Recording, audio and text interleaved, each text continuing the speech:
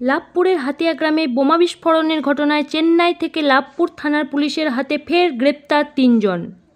গত ২১শে জুন লাভপুরের হাতিয়া গ্রামে বোমা বিস্ফোরণের ঘটনায় মৃত্যু হয় ২ জনের এবং পরে বর্ধমানের বেসরকারি হাসপাতালে ফের একজনের মৃত্যু হয়। বোমা বিস্ফোরণের ঘটনায় পুলিশ স্বতঃপ্রণোদিতভাবে মামলা রুজু করে। এখনও পর্যন্ত এই ঘটনায় মোট ৮ জনকে গ্রেপ্তার করেছে লাভপুর থানার পুলিশ। ধৃত ব্যক্তিদের মধ্যে শেখ মাহাচাঁদ, শেখ ডালিম এবং শেখ জাহরলাল এই ৩ জনকে চেন্নাই থেকে গ্রেপ্তার করেছে লাভপুর থানার পুলিশ। গোপন সূত্রে খবর পেয়ে লাভপুর থানার পুলিশ চেন্নাইয়ে গিয়ে সেখানকার পুলিশের সহযোগিতা নিয়ে এই ৩ জনকে গ্রেপ্তার করে বোমা বিস্ফোরণ কাণ্ডে।